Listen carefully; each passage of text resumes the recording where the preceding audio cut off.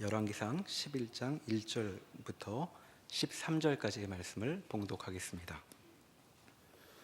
솔로몬 왕이 바로의 딸 외에 이방의 많은 여인을 사랑하였으니 곧 모압과 암몬과 에돔과 시돈과 헷 여인이라. 여호와께서 일찍이 이 여러 백성에 대하여 이스라엘 자손에게 말씀하시기를 너희는 그들과 서로 통혼하지 말며 그들도 너희와 서로 통혼하게 하지 말라. 그들이 반드시 너희의 마음을 돌려 그들의 신들을 따르게 하리라 하셨으나 솔로몬이 그들을 사랑하였더라. 왕은 후궁이 700명이요 첩이 300명이라. 그의 여인들이 왕의 마음을 돌아서게 하였더라. 솔로몬의 나이가 많을 때에 그의 여인들이 그의 마음을 돌려 다른 신들을 따르게 하였으므로 왕의 마음이 그의 아버지 다윗의 마음과 같지 아니하여 그의 하나님 여호와 앞에 온전하지 못하였으니 이는 시돈 사람의 여신 아스다롯을 따르고 암몬 사람의 가증한 밀곰을 따름이라. 솔로몬이 여호와의 눈앞에 악을 행하여 그의 아버지 다윗이 여호와를 온전히 따름같이 따르지 아니하고 모압의 가증한 그모스를 위하여 예루살렘 앞 산에 산당을 지었고 또 암몬 자손의 가증한 몰록을 위하여 그와 같이 하였으며 그가 또 그의 이방 여인들을 위하여 다 그와 같이 한지라. 그들이 자기의 신들에게 분향하며 제사하였더라. 솔로몬이 마음을 돌려 이스라엘의 하나님 여호와를 떠나므로 여호와께서 그에게 진노하시니라. 여호와께서 일찍이 2번이나 그에게 나타나시고 이 일에 대하여 명령하사 다른 신을 따르지 말라 하셨으나 그가 여호와의 명령을 지키지 않았으므로 여호와께서 솔로몬에게 말씀하시되 내게 이러한 일이 있었고 또 내가 내 언약과 내가 내게 명령한 법도를 지키지 아니하였으니 내가 반드시 이 나라를 내게서 빼앗아 내 신하에게 주리라. 그러나 내 아버지 다윗을 위하여 내 세대에는 이 일을 행하지 아니하고 내 아들의 손에서 빼앗으려니와 오직 내가 이 나라를 다 빼앗지 아니하고 내 종 다윗과 내가 택한 예루살렘을 위하여 한 지파를 내 아들에게 주리라 하셨더라. 아멘. 구약을 이제 읽다 보면 이렇게 난감할 때가 많습니다. 특별히 이 솔로몬에 대한 기록이 그렇습니다. 저도 이제 모태신앙입니다만 어려서부터 교회를 다니신 분들 그리고 교회를 다니지 않는 분들도 굉장히 익숙하게 잘 알고 있는 인물이죠. 솔로몬. 모든 지혜를 가진 자. 하나님이 정말 지혜와 온갖 축복을 부어주신 자.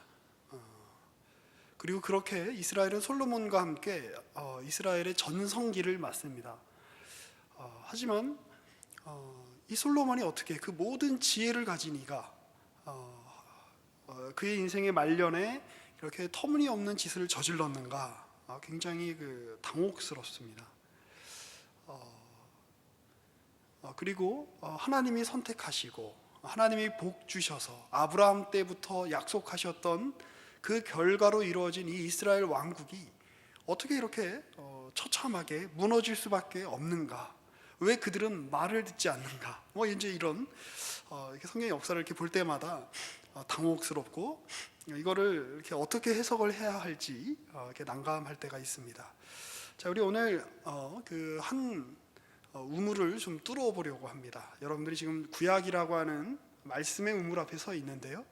우리가 우물물을 마시기 위해서 두레박을 이렇게 이제 내려야 되죠. 우물 안으로 말씀의 이 생수를 우리가 퍼내기 위해서 저는 그 두레박 줄을 한 2가지 정도로 이렇게 생각을 합니다. 이 2개의 줄을 이렇게 잘 꼬아서 한번 이렇게 두레박을 밑으로 이렇게 우물 밑으로 이렇게 구약이라는 본문이라는 우물 밑으로 던져서 말씀의 생수를 한번 같이 올렸으면 좋겠습니다. 이 우리가 읽었던 이제 열왕기상 1장에서 그 11장까지의 그 내용 중에 이제 제 눈에 들어오는 것이 한 3단어 정도가 있습니다. 하나는 성전이라고 하는 것입니다. 다윗 때부터 이스라엘은 성전을 짓기를 원했고 하나님께서 허락하셔서 솔로몬 때에 성전을 정말 어마어마하게 지었습니다. 그리고 성전을 짓는 거에 대한 묘사도 굉장히 아주 상세하게 기술을 하고 있죠. 성경은 이렇게 우리가 알고 있는 이 자연적 시간에 따라서 이렇게 기술하지 않습니다. 이렇게 중요하지 않다고 생각되는 거는 그냥 훌쩍훌쩍 넘어가죠. 때로는 몇 년, 때로는 몇백 년이 그냥 한두 장 안에 쓱쓱 넘어갑니다. 그런데 중요하다고 생각되는 거에 대해서는 마치 영화에서 이렇게 클로즈업을 해서 이렇게 상세하게 이렇게 비춰주는 것처럼 굉장히 자세하게 이렇게 비춰주는 걸 볼 수가 있습니다. 성전에 대한 묘사가 그렇죠. 그리고 또 하나는 이 성전에 대한 이 묘사, 성전에 대한 이 기술 앞뒤로 솔로몬의 어떤 그 지혜에 대한 어떤 찬사가 나온다라고 하는 것입니다. 앞쪽에는 솔로몬이 기브온이었나요? 거기서 이제 1,000번제를 드리고 하나님이 나타나셔서 네가 뭘 원하냐? 그러니까 제가 백성을 잘 다스릴 수 있는 어떤 그런 분별력을 원합니다. 그러니까 하나님이 그에게 지혜를 주시고 또 여러 개 축복을 해주시죠. 그래서 그의 지혜가 참 뛰어났다. 그러면서 아주 굉장히 많은 예가 있을 텐데 솔로몬이 재판을 한 솔로몬의 어떤 지혜를 드러낼 만한 많은 일들이 있을 텐데 그리고 나와서 나오는 사건이 뭐냐면 두 여인이 한 아이를 놓고 이제 싸우는 우리 모두가 잘 아는 솔로몬의 재판이라고 알고 있는 바로 그 사건이죠. 잘 알고 계신 것처럼 우리 같이 한번 그 부분을 살펴봤으면 좋겠는데요.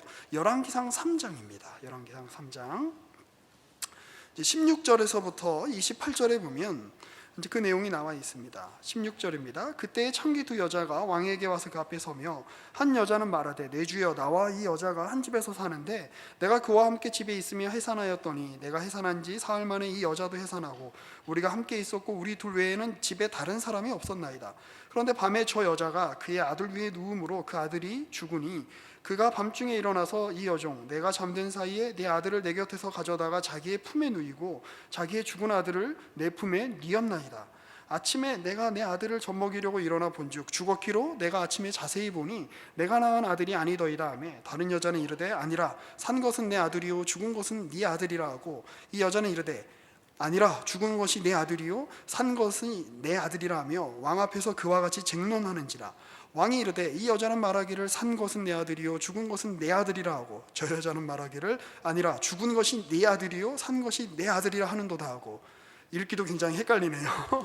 굉장히 애매한 사건입니다. 누가 이거를 밝혀낼 수 있을까요? 그런데 이제 솔로몬이 굉장히 아주 그 현명한, 우리가 모두가 다 알고 있는 이야기죠. 현명한 판단을 합니다. 24절에 또 이르되 칼을 내게로 가져오라 하니 칼을 왕 앞으로 가져온지라. 왕이 이르되 산 아이를 둘로 나누어 반은 이 여자에게 주고 반은 저 여자에게 줘라.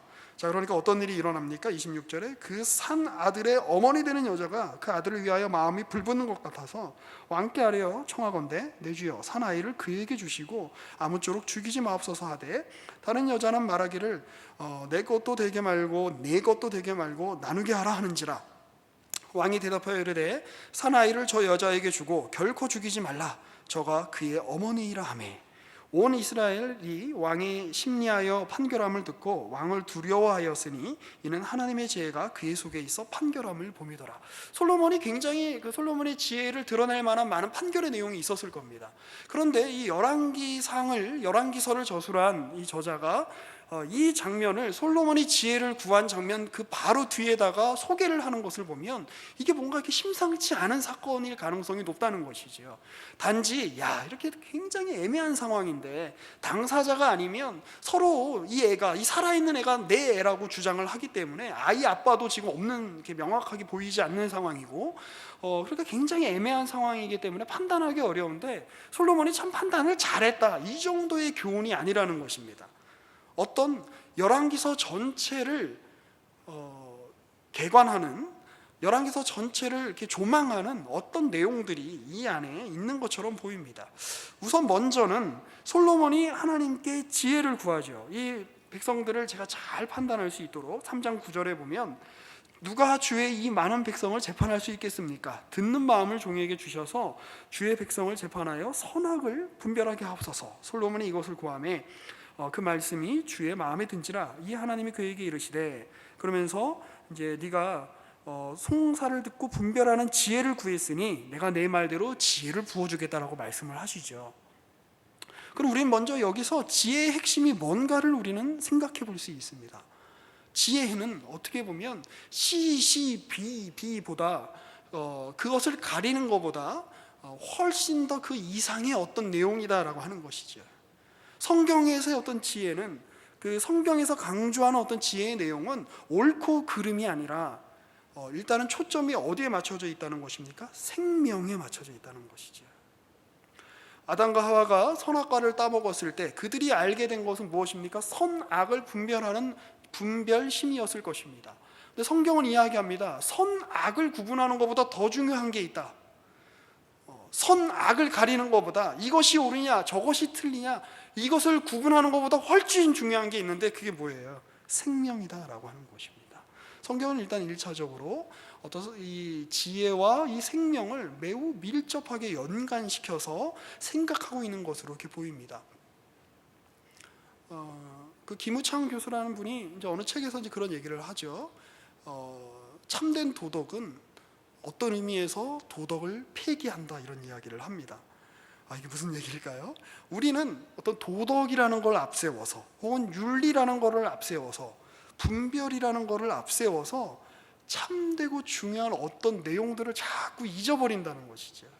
이상을 앞세워서 이데올로기를 앞세워서 어떤 이게 옳아라고 하는 자기 주장을 앞세워서 그 주장보다도 더 귀한 그 주장을 듣는 사람의 생명, 그 사람과 나와의 관계 이런 것을 해치고 그런 것을 이렇게 중요하게 생각하지 못하고 어떤 자기 주장, 자기가 생각하는 기준의 어떤 도덕, 자기가 생각하는 기준의 어떤 신학적인 전통 이런 것들에 얽매여서 정말 중요한 거를 못 볼 때가 많이 있더라라고 하는 것이죠. 바리새인들이 그런 잘못을 저질렀습니다. 예수님 당시에 보면. 그리고 구약 내내 이들이 그러한 어떤 잘못에 빠져 있었던 것처럼 보입니다. 하나님이 이스라엘 백성들을 택하셨습니다. 그리고 그들에게 복을 주셨지요. 그리고 그들과 함께 하셨지요. 그리고 그들에게 너희가 이러이러한 것들을 나의 백성이라면 지켰으면 좋겠다라고 말씀하시며 절기들과 율법들을 이렇게 주십니다. 제사법들을 알려주십니다. 자, 그런데 핵심이 무엇입니까? 그들이 하나님 앞에 부름을 받았다는 사실입니다. 절기를 지키는 것의 핵심은, 율법을 지키는 것의 핵심은 내가 그냥 이방인이 아니라 세상 사람이 아니라 하나님이 부르신 그 언약 백성, 성택받은 그 은혜 받은 백성이지라고 하는 것을 상기하기 위한 것입니다. 자, 그런데 뭐로 이렇게 바뀌죠? 그게 나중에 자기 자랑으로 바뀌더라 이거죠. 우리는 절기를 지켜, 우리는 율법을 지켜, 우리는 그러니까 저 이방인들하고는 다른 존재들이야. 우리가 열심히 절기를 지키기 때문에 하나님이라도 하나님이 우리를 복 주시고 하나님 우리를 이렇게 우리와 함께 하시고 우리를 전쟁에서 이기지 않으면 안 되도록 그렇게 할 수밖에 없으실 걸. 하나님이 그들에게 복된 내용을 주셨지만 그들은 참된 복된 내용이 무엇인지 깨달지 못했다라고 하는 것입니다. 예레미야서 9장을 한번 보겠습니다. 예레미야서 9장 23절입니다. 제 성경으로는 구약성경 1065페이지입니다.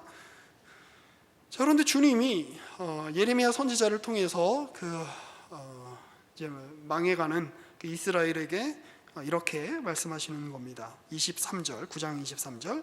여호와께서 이와 같이 말씀하시되 지혜로운 자는 그의 지혜를 자랑하지 말라. 용사는 그의 용맹을 자랑하지 말라. 부자는 그의 부함을 자랑하지 말라. 자랑하는 자는 이것으로 자랑할지니 곧 명철하여 나를 아는 것과 나 여호와는 사랑과 정의와 공의를 땅에 행하는 자인 줄 깨닫는 것이라.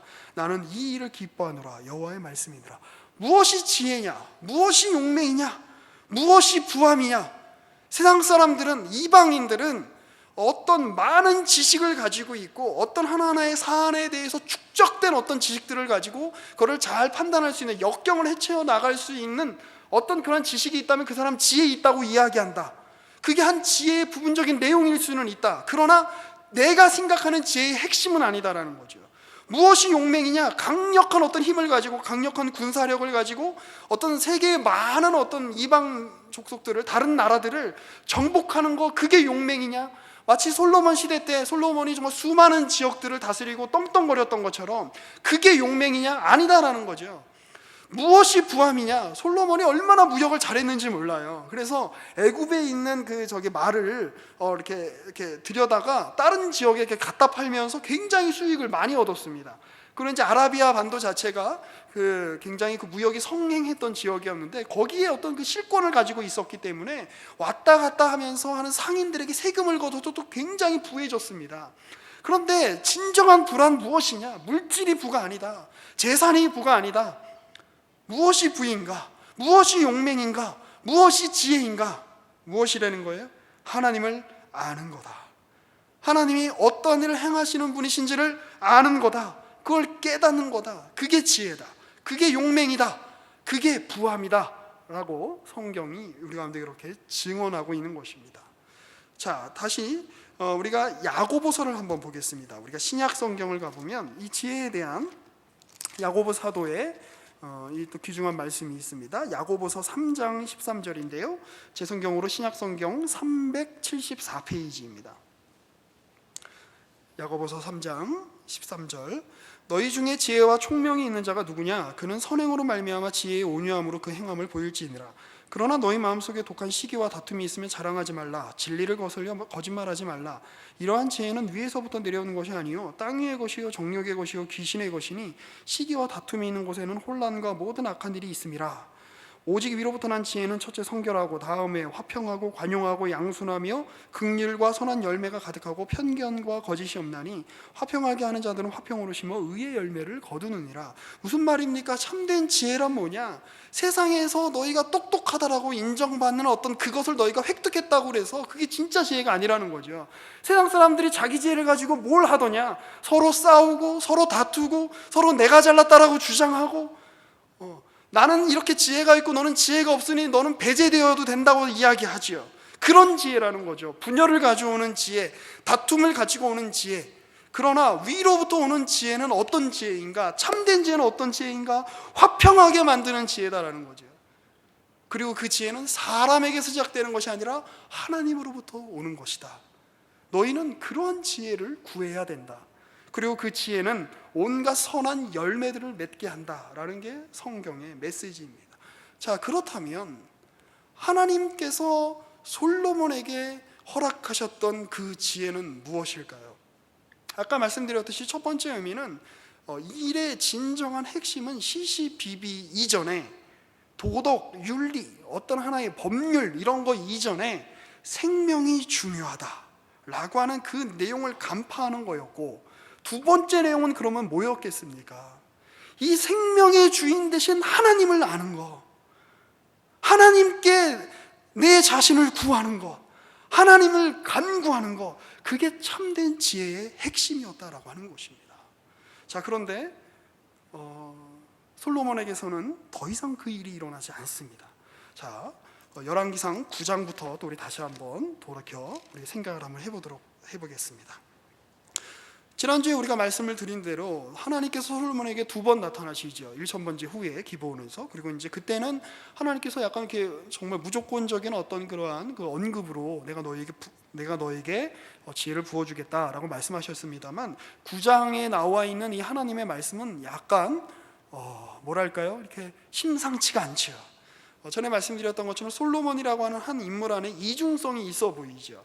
하나님의 은혜를 받은 사람, 하나님의 택함을 받은 사람, 하나님의 지혜를 소유한 사람. 그러나 하나님이 주신 그 지혜를 가지고 어떤 자기 나름의 어떤 용도로, 자기 나름의 어떤 그 목표로 그걸 사용하는 것 같은 어떤 그런 뉘앙스가 보이죠. 마치 하나님이 첫사람 아담에게 모든 지혜를 부어주시고 모든 것들을 다 쏟아부어 주셨지만, 그 좋은 것으로 아담이 지혜의 핵심, 생명의 핵심, 그에게 이렇게 놓여진 축복의 핵심인 하나님과의 관계를 깊이 하는 데 사용하지 않고, 아담이 자기에게 주어진 자유의지로, 자기에게 주어진 이성으로 하나님을 떠나 자기 스스로 어떤 결정을 하는 걸로 선택했던 것처럼, 가인 이래로 우리의 옛 선조들이 그렇게 행동했던 것처럼 솔로몬이 지금 그렇게 행동하고 있다는 것입니다. 자, 먼저 10절에서 14절을 보면, 9장 10절에서 14절입니다.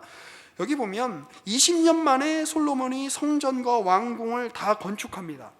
그리고는 12절에 그 자기에게 이제 많은 이제 그 원자재를 제공해 주었던 두로왕 히람에게 성읍들을 주는데 되게 쓸모없는 땅들을 주지요. 두 가지 의미에서 우리가 이것들은 좀 생각을 해볼 이제 여지가 있지요. 이스라엘의 땅의 영역으로 있었던 땅을 그냥 히람에게 제공을 해줬다는 것은 솔로몬에게 이제 하나님이 이 땅의 주인이시다라고 하는 어떤 그런 의식이 희박해지고 이 땅을 내 마음대로 처분할 수 있다라고 하는 어떤 그 마음이 이렇게 올라선 것으로 이렇게 보여집니다. 그리고 이제 또 한 가지는 그러니까 하나님도 만족시켜드리지 못하고 그에게 많은 은혜를 베풀었던 히람도 만족시켜주지 못한 어떤 처사가 된 거죠. 솔로몬 입장에서 굉장히 머리를 잘 굴렸지만 어차피 쓸모없는 땅 생색내면서 어차피 뭐 하나 이렇게 보상은 해줘야 되는데 쓸모없는 땅으로 보상해주자. 자, 15절에서 28절에는 솔로몬의 나머지 이제 업적들이 나오는데요. 그가 굉장히 이제 많은 건축을 이제 일으켰다. 특별히 애굽 왕 바로의 딸, 자기의 어떤 그 왕비를 위해서 아주 뭐 이렇게 그 성읍을 주고 뭐 예물을 주기 위해서 이제 많은 노력들을 했다. 그런데 가나안인들을 멸절시키지 않고 역군으로 계속 부리면서 그들을 이제 써먹었다. 이제 이런 이제 내용들이죠. 자, 그리고 22절에 보면 다만 이스라엘 자손은 솔로몬이 노예를 삼지 아니하였으니 그들은 군사와 그 신하와 고관과 대장이며 병거와 마병의 지휘관이 됨이었더라. 이스라엘 사람들을 가나안인들의 어떤 그러한 그 부리는 이로 이렇게 세우지요. 마치 뭘 떠올리게 합니까? 그 애굽 땅에서 이스라엘 백성들이 애굽 사람들한테서 지배를 받는 모습들이 역전되어 나타나 있는 것처럼 보이죠. 마침 지금의 그 현대의 이스라엘이 그 오랫동안 나라 없는 민족으로 핍박을 받으며 전 세계에 서름을 당하면서 떠돌아다녔지만 그들이 그 1948년인가요? 45년인가요? 제가 헷갈린데 그 이스라엘 이제 국가를 건립하고 난 이후에 팔레스타인 사람들을 굉장히 핍박하는 것처럼 그 일들이 역사에서 이렇게 반복이 되지요. 아까 야고보서에서 떠올렸던 그 지혜를 한번 생각해 보십시오. 세상적인 지혜라는 것은 결국 자기 자리의 확보입니다. 남을 죽여서 나를 살리게 하는 그 기술입니다. 그 일들이 역사를 통해서 계속 반복됐고 이스라엘 역사를 통해서도 반복된다는 것이죠. 23절, 24절에 25절 이런 데 보면 많은 감동을 두었다. 많은 것들을 건축했다. 마치 애굽 땅 밑에서 이스라엘 백성들이 고생하던 시절에 바로가 행하던 일과 다를 게 도대체 무엇입니까? 자, 그런데 10장 1절에서 10절에 보면 그 유명한 그 스바의 여왕이 이제 솔로몬을 찾아옵니다. 그리고 다 물어보지요. 이것저것 물어보는데 솔로몬이 대답을 못하는 게 없어요. 그래서 이제 깜짝 놀래지요. 자, 그런데 4절을 보면 스바의 여왕이 솔로몬의 모든 지혜와 그 건축한 왕궁과 그 상의 식물과 그의 신하들의 좌석과 그의 시종들이 시립한 것과 그들의 관복과 술관원들과 여호와의 성전에 올라가는 층계를 보고 크게 감동돼요. 제가 이 본문을 읽다가 크게 감동이 됐습니다. 왜? 스바가 감동한 게 도대체 무엇이냐? 그 당시에 이스라엘이 드러내고자 했던 게 도대체 무엇이냐? 성전은 왜 있는 것입니까? 이스라엘 백성은 왜 있는 것입니까? 이스라엘의 이 영광은, 솔로몬의 영광은 왜 주어진 것입니까? 그들을 위한 것이 아니라 그들에게 복 주신 하나님, 그들의 주인 되시는 하나님을 드러내기 위한 것인데 지금 스바 여왕이 지금 뭐에 감동하는 거예요? 솔로몬이 지혜에 감동하지요. 그리고 그의 신하들의 자리에 감동하죠. 어떻게 저렇게 신하들의 좌석도 멋지게 만들었지? 왜 이딴 거에 감동하는 거죠? 그리고 그의 시종들이 시립한 것과 시종들이 쫙 서 있는 걸 보고 감동해요. 야, 어떻게 저렇게 멋있고 규모 있게 옷도 아마 잘 차려 입었겠죠. 왜 그런 거에, 그딴 거에 왜 감동하죠? 웃긴 게 이거죠. 여호와의 성전에 올라가는 층계를 보고 감동을 해요. 여호와의 성전에 올라가는 층계는 감동의 대상이 아닙니다. 그렇지 않습니까? 진정한 감동의 대상은, 경배의 대상은 하나님이 되어야 되죠. 하나님의 말씀이 되어야 되죠. 그런데 그런 것에 감동하는 거죠. 점점 하나님이 원래 주신 그 지혜의 목적에서 벗어나서 그의 지혜와 용맹과 그의 부함이 그 자신이 목적이 되는 걸로, 그러니까 하나님의 뜻을 이루는 것으로 그 목적을 위해 수단으로 사용되던 지혜와 부함과 용맹이 그것 자신, 나의 지혜, 나의 부함, 나의 용맹을 드러나는 도구로 전락해버렸다는 것입니다. 하나님을 드러내기 위한 지혜, 하나님을 드러내기 위한 용맹, 하나님을 드러내기 위한 부함이 아니라. 그런데 오늘 우리의 처지를 보십시오. 우리도 그럴 때가 너무나 많지요. 다른 거에, 핵심이 아니라 이상한 거에, 사람들도 기가 막혀 하는 것에. 그러나 성경은 그것이 핵심이 아니라고 이야기하죠. 미의 핵심이란 무엇입니까? 아름다움의 핵심이란 도대체 무엇입니까? 결혼의 핵심이란 무엇입니까? 만남의 핵심이란 도대체 무엇입니까? 인생의 핵심이란 도대체 무엇입니까? 우리 세대는 어떤 의미에서, 그런 차원에서 이 질문을 던져봤을 때 매우 불행한 세대가 아닐 수 없습니다. 인생이 무엇이냐? 인간의 가치가 무엇이냐? 사람이 얼마나 고귀한 존재냐? 아름다움이 얼마나 숭고한 대상이냐? 이런 것들은 다 사라지고 속적이고 물적이고 돈으로 환산될 수 있는 것에만 아름다움과 가치와 감동할 대상이라고 그렇게 붙여지는 그 시대를 우리는 지금 살고 있지 않습니까? 이성교제에 대한, 여자와 남자가 만나는 것에 대해서 온갖 드라마에서 다 떠들고 온갖 프로그램에서 다 떠들고 온갖 사람들이 나와서 다 조언을 해주지만 정작 그것은 지혜가 아니지요. 우리가 아무리 많은 그런 정보를 습득한다고 할지라도, 예를 들어 우리가 O형 남자가 A형 여자를 만날 때는 어떻게 해야 된다라고 하는 지혜를 안다라고 할지라도, 다른 경우의 수로 O형 남자가 B형 여자를 만날 때는 어떻게 해야 하는지, O형 남자가 AB형 여자를 만날 때는 어떻게 해야 되는지, O형 남자가 O형 여자를 만날 때는 어떻게 해야 하는지, 제가 O형이거든요. 그 모든 지혜를 다, 지식을 다 안다고 할지라도 그건 지혜의 진짜 내용이 아니죠. 그렇지 않습니까? 진짜 지혜의 내용은 실제로 만나는 거지요. 여자를, 사람을, 남자를 만나는 거지요. 온갖 방송에서 떠드는 이런 소리 저런 소리, 그건 진짜 지혜의 내용이 아니죠. 우리는 이상한 데 관심을 기울이기 십상이죠.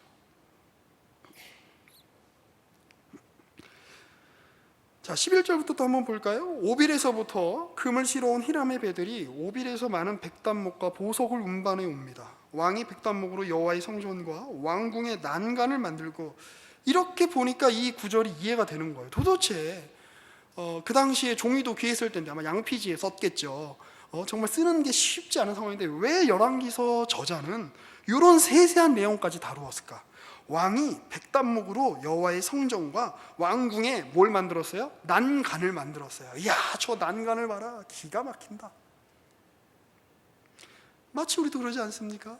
저 교회당 새로 졌는데, 야, 저 구체적으로 얘기할 위험성이 높아서 여기서 끊겠습니다. 그 교회 외장 외부 장식을 봐, 장난이 아니야. 멋져요. 그 교회가 쓰고 있는 시스템은, 음향 시스템은 1억이 넘는데, 와, 우리도 그런 데서 찬양 한번 인도해 봤으면 너무 좋겠다. 그 교회 마이크, 그 목사님 쓰시는 마이크는 1억짜리래. 와, 왜 그딴 거에 신경 쓰죠? 그 교회는 연예인이 많이 다닌대. 그 교회는 유력한 사람들이 많이 다닌대. 왜 그딴 거에 신경 쓰죠? 그거 핵심이 아니다라는 거예요. 그딴 거에 신경 썼습니다, 솔로몬이. 그 당시 사람들이. 자, 그래서 14절에 보면 솔로몬의 세입금의 무게가, 세금을 걷는데, 야, 굉장하죠? 666달란트다. 그러니까 인간적으로 가장 완성의 어떤 그 자리. 그러나 인간적으로 모든 걸 이루었을 때에, 그걸 부어주신 하나님을 잊기 시작할 때에 그 모든 풍족함과 그 모든 그 축복의 내용들은 하나님을 철저히 거부하는 자리로 그를 밀어간다는 것입니다. 어느 정도입니까? 16절에 보면 솔로몬 왕이 쳐서 늘린 금으로 뭘 만들어요? 방패 200개를 만들어요. 왜 쓸데없이 이런 짓을 하죠? 방패 200개 쫙 만들어 놓고 탁 곳간에 딱 놓고 감상하는 거죠. 이야, 이스라엘의 솔로몬 왕에게 가면 금으로 만든 방패가 있는데 으리으리해, 정말 어마어마해. 그걸 보면 정말 끝내줄 거야. 이런 세상적인 자랑의 대상이 될 수 있죠. 그러나 그게 모세로부터 주어진 율법과 언약의 내용과 도대체 무슨 상관이 있단 말입니까?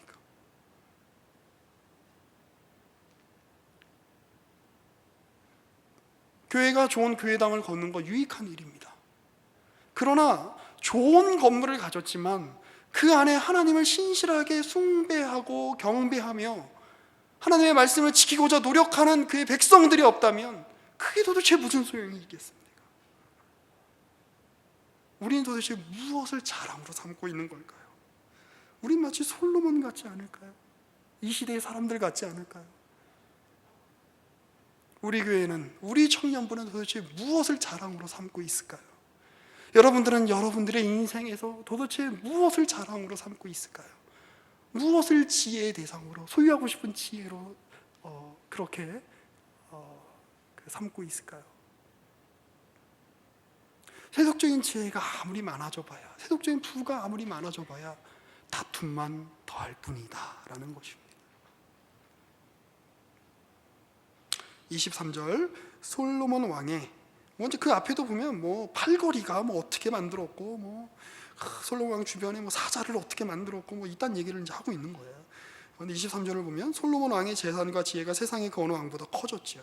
온 세상 사람들이 다 하나님께서 솔로몬의 마음에 주신 지혜를 들으며 그의 얼굴을 보기 원하여 그들이 각기 예물을 가지고 왔으니 곧 은금과 금그릇과 의복과 갑옷과 향품과 말과 노새라 해마다 그리하였더라.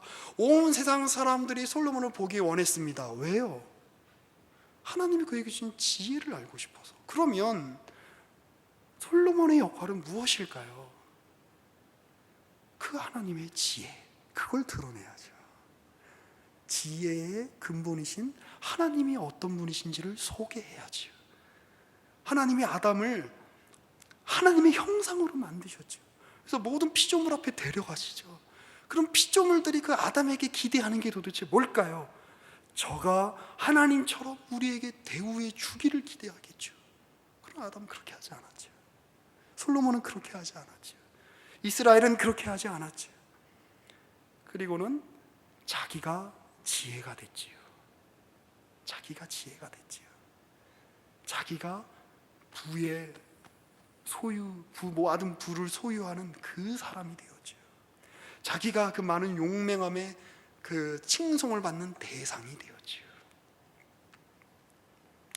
자, 그런데 이러한 그 이스라엘의 역사, 그리고 이 솔로몬에게 부어진 축복과 더불어 나타나는 이 솔로몬의 한계는 우리로 하여금 어떤 하나의 기대를 가지게 만듭니다. 이 성전이라고 하는 이 줄, 그 다음에 이 지혜라고 하는 줄을 엮어봅시다.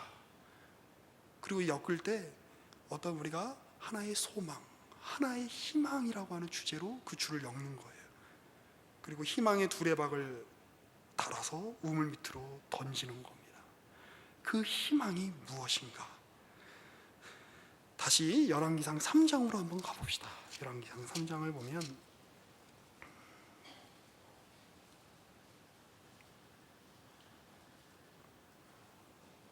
26절 그 산 아들의 어머니 되는 여자가 그 아들을 위하여 마음에 불붙는 것 같아서 왕께 아뢰어 청하되 내 주여 사나이를 그에게 주시고 아무쪼록 죽이지 마옵소서 하되 다른 여자는 말하기를 내 것도 되게 말고 내 것도 되게 말고 나누게 하라 하는지라. 왕이 대답하여 이르되 사나이를 저 여자에게 주고 결코 죽이지 말라. 저가 그의 어머니라 하매. 지금 이스라엘 안에는 두 백성이 있는 거죠. 서로 내가 생명을 소유했다라고 하는 백성이 있는 겁니다. 내가 진짜 하나님의 선택을 받은, 내가 정말 하나님의 인도함을 받은, 결코 망하지 않는 그 생명을 소유한 자다라고 하는 두 어머니가 있고, 그러니까 그 생명인 그 자식으로 이제 자식인 살아있는 그 자식을 가지고 있다고 서로 주장하는 두 어머니가 있듯이 내가 살아있는 생명을 가지고 있다고 서로 주장하는 두 백성이 있는 겁니다. 이스라엘 안에. 열왕기서 저자가 봤을 때는 한 그룹은 봐라, 우리는 이렇게 율법을 지키고 있지 않느냐, 우리는 이렇게 성전에서 이렇게 예배를 드리고 있지 않느냐, 그러니 우리는 망하지 않는다, 우리는 그것 때문에 우리 안에 생명이 있는 것이다 라고 이야기하는 거죠. 그러나 그들 안에는 생명이 없죠.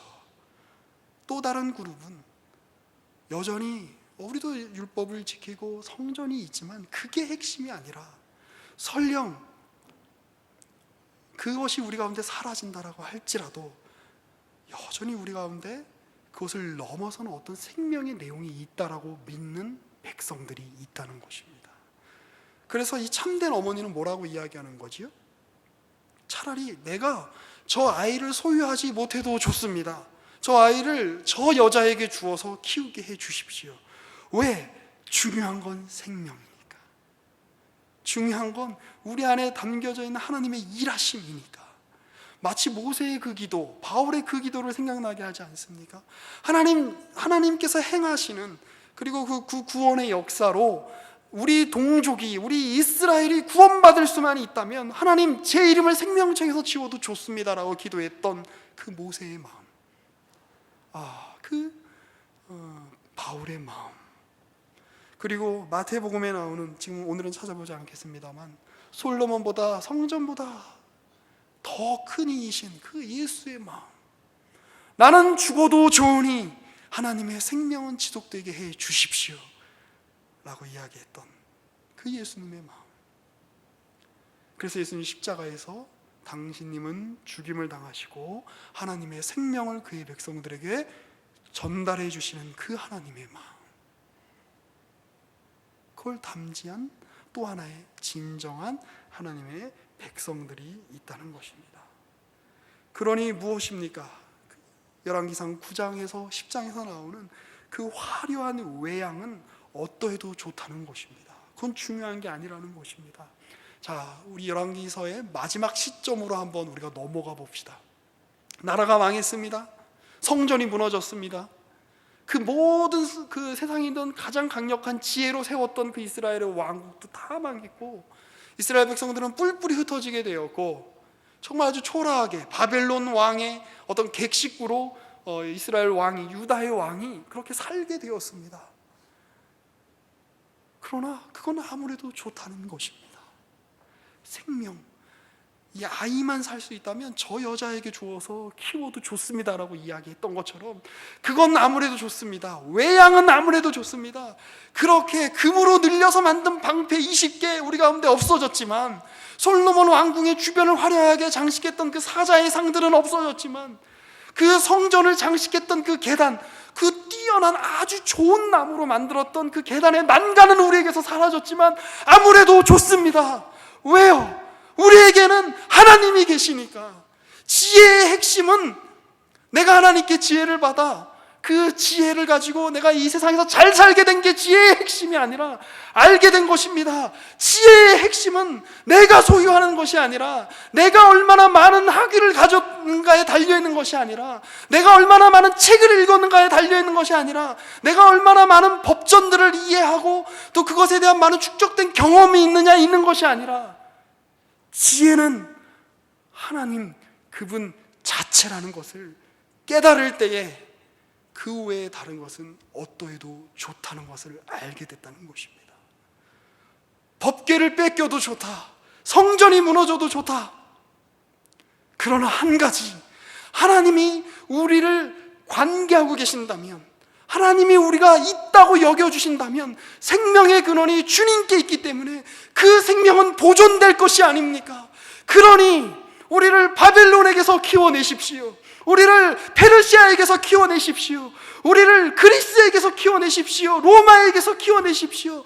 그래서 우리의 외양은 온갖 핍박을 당하고, 우리의 외양은 너덜너덜해지고, 우리의 외양은 처참하게 될지라도 우리 안에 생명이 있다면, 우리 안에 하나님과의 그 관계가 있다면 우리는 여전히 소망할 것입니다. 우리는 여전히 희망을 품을 것입니다.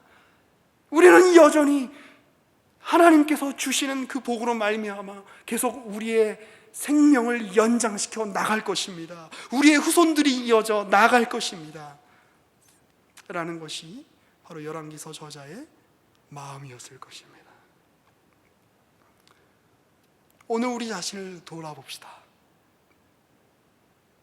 우리는 무엇을 우리의 지혜로 삼습니까? 학위입니까?